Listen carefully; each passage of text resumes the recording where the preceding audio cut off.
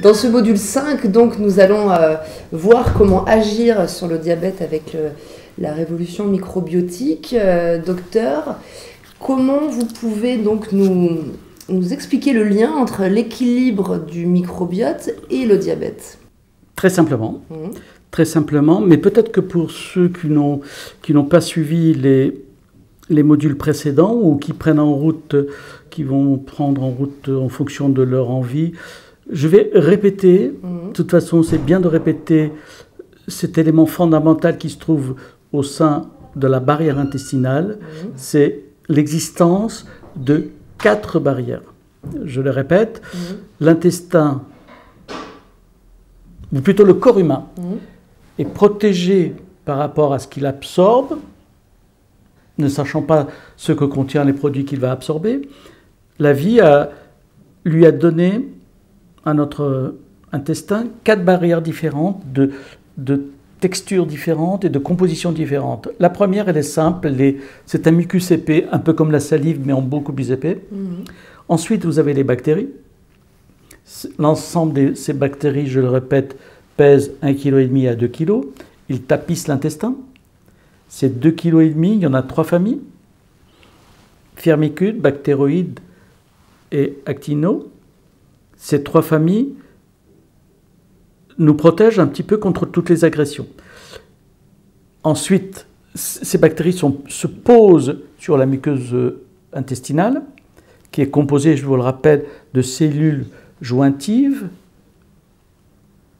extrêmement jointives, et la pénétration des aliments se fait par gouttelettes qui traversent la cellule et sortent de l'autre côté. On est bien d'accord? Et de l'autre côté, nous avons la dernière barrière, celle qui vient en dernier dans l'évolution humaine, c'est l'existence de tissus lymphoïdes qui va fabriquer des cavaliers légers qui vont attaquer les produits dangereux. Et donc là, toute cette panoplie fait que ce que nous absorbons est trié physiquement par le mucus, chimiquement par les bactéries, la cellule et le tissu lymphoïde. Ceci est valable pour un corps normal, un nourrisson qui sort du ventre de sa mère. Mais la vie va nous faire connaître différentes difficultés, nous faire rentrer en contact avec des objets divers, bons pour notre santé ou mauvais pour notre santé. Et donc, les produits toxiques, dangereux, les pesticides, les médicaments, les corticoïdes, etc., vont fragiliser cette muqueuse jusqu'à l'éroder complètement. Donc, nous avons là une perte de la moitié des défenses. Mais s'il y a une perte de la moitié, ça veut dire que la troisième, qui était, elle, protégée, ne l'est plus protégée. Donc, elle est plus facilement attaquable. Heureusement qu'il y a le tissu lymphoïde qui est en arrière et qui est là pour attaquer en cas de défaillance. Mais ceci n'est pas suffisant. Ce n'est pas suffisant parce que, revenons au cas de l'obésité, un surcroît, une mauvaise alimentation et un microbiote fatigué fait que l'excédent ou la mauvaise alimentation va venir s'accumuler dans le foie, qui est la première barrière. Mais lorsque la barrière a lâché aussi au niveau du foie, que se passe-t-il? Eh bien, le bébé, si j'ose dire, va être passé au pancréas qui est juste à côté. Et c'est à présent, à ce moment-là, que le pancréas ne va pas pouvoir subvenir à la demande énorme qui arrive au niveau de l'organisme d'une masse importante de graisse et autre chose, qui fait que le pancréas qui était prévu pour un tel kilo, qui était prévu pour 60 kilos ou 70 kilos, se retrouve en présence de quelqu'un d'obèse de 90 et lui va dire « je ne peux pas, je suis incapable de fournir ça ». Donc va apparaître le diabète de type 1, de type 2, pardon. Ce type 2, ça veut dire que par un régime et des médicaments, on va pouvoir le soigner. Donc, comment faire donc dans ces cas-là? Répétons ce qu'il faut faire pour les autres pathologies, c'est détoxifier, renforcer, stimuler notre microbiote. Détoxifier, c'est-à-dire citron, Mais je pense que pour dans le diabète, où la maladie est beaucoup plus dangereuse, je pense que le jus de citron n'est pas suffisant. Il faut utiliser des détoxifiants plus importants, comme la chlorelle par exemple. Et donc là, on a un nettoyage plus important du tissu intestinal. Il faut bien sûr, dans le diabète, utiliser les techniques que nous avons utilisées pour l'obésité, parce que diminuer le poids va permettre au pancréas de pouvoir travailler plus facilement. Perte de poids, entretien du microbiote, c'est les deux techniques pour soigner son diabète, je le répète, de type 2. Et nous avons eu le cas, on l'avait vu tout à l'heure, et je l'ai répété souvent, le cas de Madame Sirajou, qui était et diabétique et obèse. Mais en fait, son diabète, si on comprend bien l'évolution de Madame Sirajou, l'évolution de sa maladie, c'est que en étant obèse, elle a déclenché son diabète. Oui. Donc là, tout a été pris tout son organisme était défaillant, que ce soit le foie, que ce soit le pancréas. Qu'en est-il avec le diabète de type 1 ? Le type 1, c'est une pathologie que je mettrai dans les maladies auto-immunes. Nous y reviendrons plus tard. Mais si on parle de maladies auto-immunes, n'y aurait-il pas ici une action aussi du microbiote qui n'a pas été capable de protéger son pancréas ? Il y a bien sûr le facteur génétique, mais si l'alimentation du diabétique de type 1, de type prévention, comme on l'a fait avec le diabétique de type 2, je pense que les diabétiques qui nous écoutent comprennent mieux un petit peu ce que nous disons. Un diabète de type 2 se soigne par des comprimés, et si ce n'est pas suffisant, par de l'insuline. Par contre, le diabétique de type 1 ne se soigne que par de l'insuline. Ok ? Donc, si, et comme moi je pense, qu'on pouvait renforcer le microbiote du diabétique de type 1, nous diminuerons l'inflammation du diabète de type 1. Je pense qu'il y a quelque chose à creuser de ce côté-là.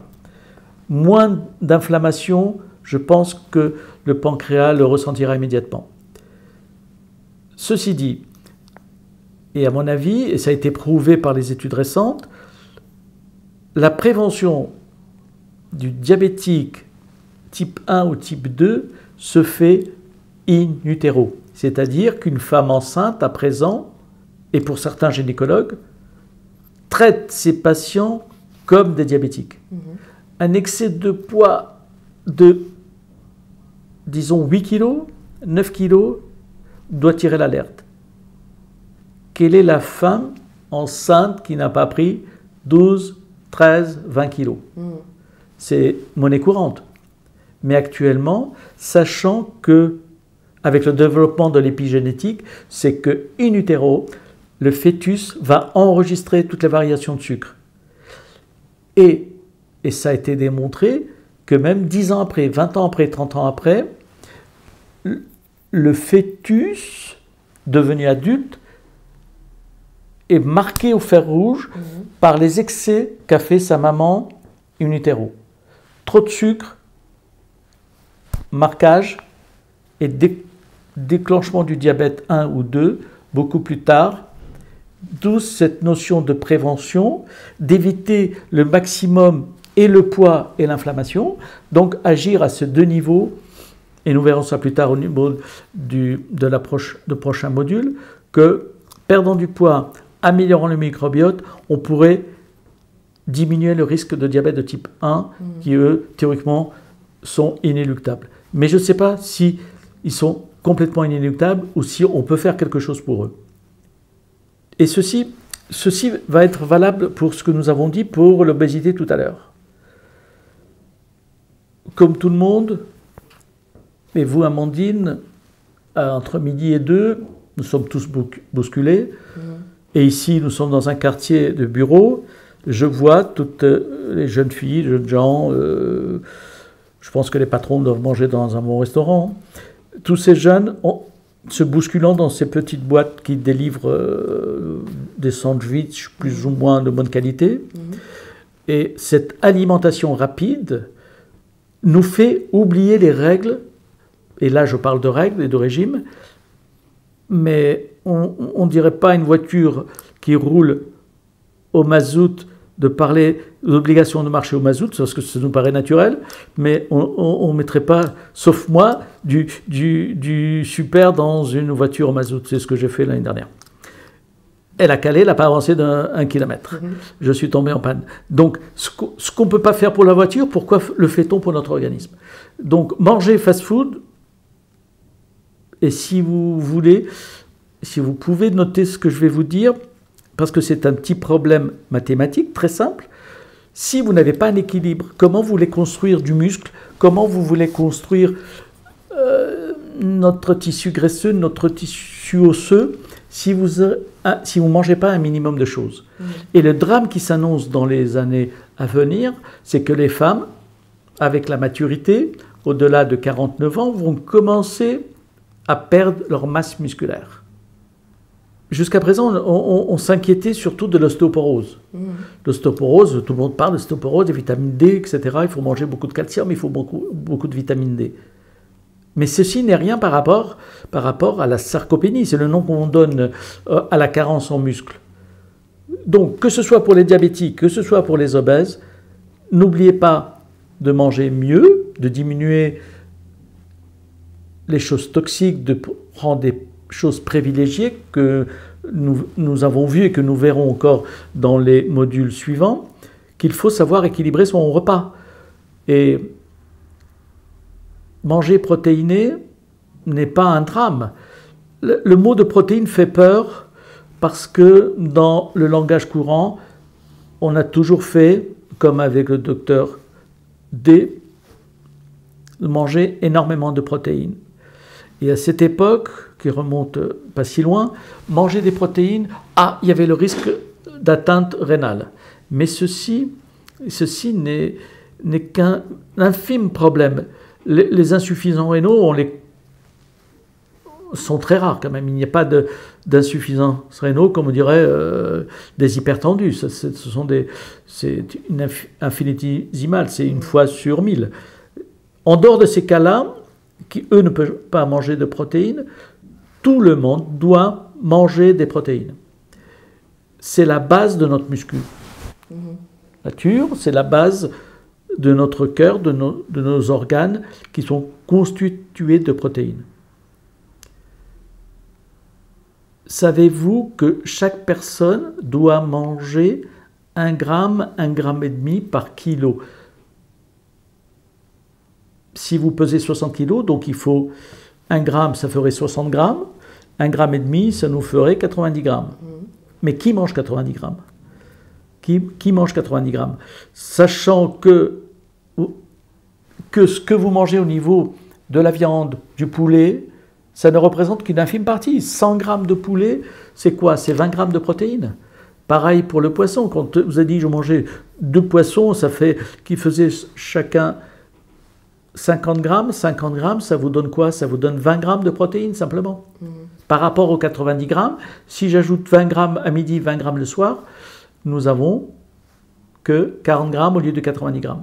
Ce qui fait que le poids est constitué beaucoup d'une masse musculaire qui a dégénéré, s'est infiltrée, s'est engraissée. Et la première chose, c'est de rééquilibrer ces protéines. Donc les protéines doivent faire partie d'une alimentation normale,